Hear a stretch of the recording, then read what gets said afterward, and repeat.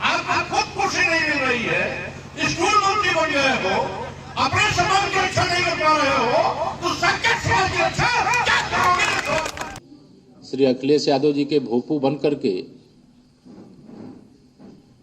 जो बयान श्री रामचरितमानस से जुड़ी हुई चौपाइयों को जोड़ करके दिया गया है और फिर समाजवादी पार्टी के ही कुछ नेताओं के द्वारा उसका विरोध करवाना और स्वयं श्री अखिलेश यादव जी का इस मुद्दे पर चुप रहना, यह सवाल खड़ा करता है।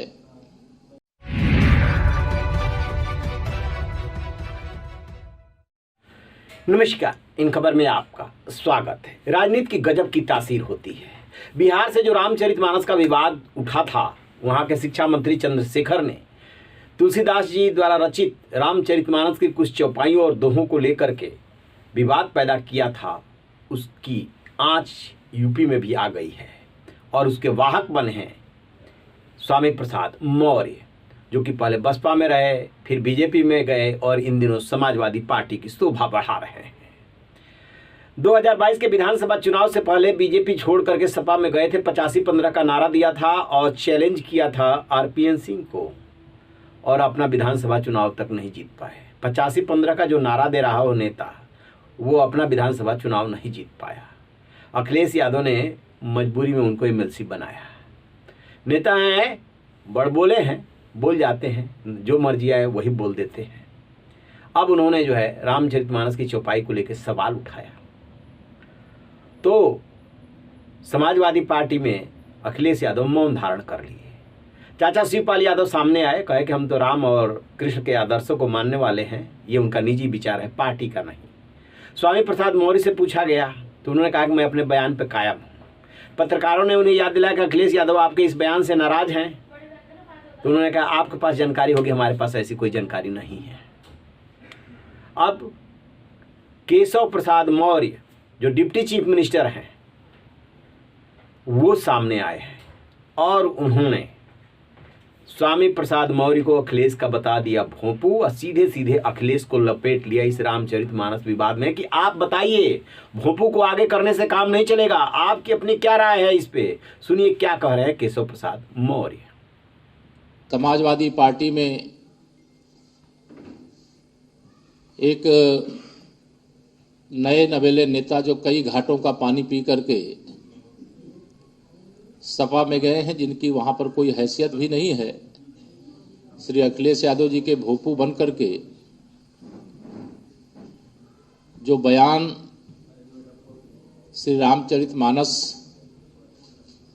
से जुड़ी हुई चौपाइयों को जोड़ करके दिया गया है और फिर समाजवादी पार्टी के ही कुछ नेताओं के द्वारा उसका विरोध करवाना और स्वयं श्री अखिलेश यादव जी का इस मुद्दे पर चुप रहना, यह सवाल खड़ा करता है कि जो प्रयागराज के 2019 के कुंभ में वह डुबकी लगाने के लिए गए,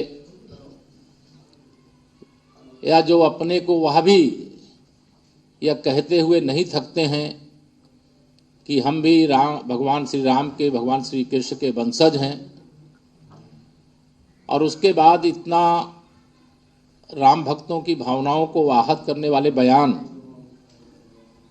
और उस पर चुप रहना,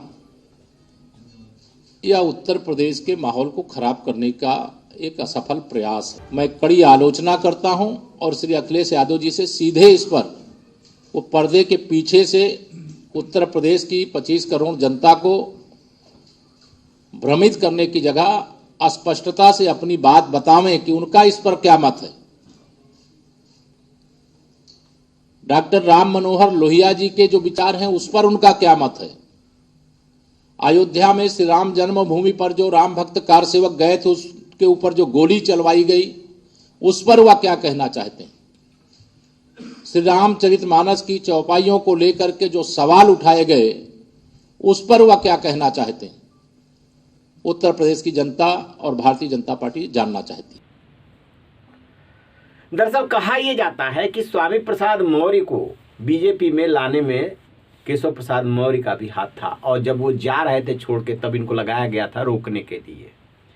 दोनों मौर्य हैं, लेकिन स्वामी प्रसाद मौर्य एक जगह टिकते नहीं हैं। उनकी बेटी बीजेपी की सांसद हैं, वो भी इस पे सफाई दे रही है, पिता का भी पक्ष ले रही है और बीजेपी का भी पक्ष ले रही है। प्रधानमंत्री नरेंद्र मोदी की भी तारीफ कर रही हैं वो।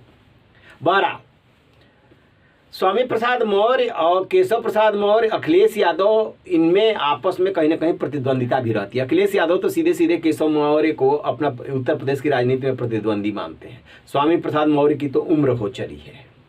तो जिस तरीके से उन्होंने स्वामी प्रसाद मौर्य के जरिए अखिलेश को घेरा, सीधी सी बात है कि बीजेपी अब कंसंट्रेट करना चाहती है इस मुद्दे पे और अखिलेश यादव को लपेटना चाहती है। बोलो, और इसका यदि आप उनके स्वामी प्रसाद मौर्य के साथ जाते हैं तो बीजेपी को फायदा, आप यदि अगेंस्ट जाते हैं तो आप एक्शन क्यों नहीं लेते हैं। तो ये तो उन्होंने क्लियर कर दिया। और जब मैनपुरी का उपचुनाव चल रहा था, जो जहाँ से बहू डिम्पल यादव खड़ी थी, उसमें जो स्वामी प्रसाद मौर्य जब गए थे तो केशव प्रसाद मौर्य को स्टूल मंत्री बताया था। वो सुन लीजिए जरा। ये मौर्य जी, ये भारतीय जनता पार्टी आपके डिप्टी सीएम होने के बावजूद भी आपको कुर्सी नहीं देखी है। आप स्कूल में भी बैठने के बावजूद उठाते हो। वो जब आप अपने सम्मान की रक्षा खुद नहीं कर पा रहे हो, आपको खुद कुर्सी नहीं मिल रही है, स्कूल मंत्री बन गए हो, अपने सम्मान की रक्षा नहीं कर पा रहे हो, तो संकट समाज की रक्षा क्या करोगे?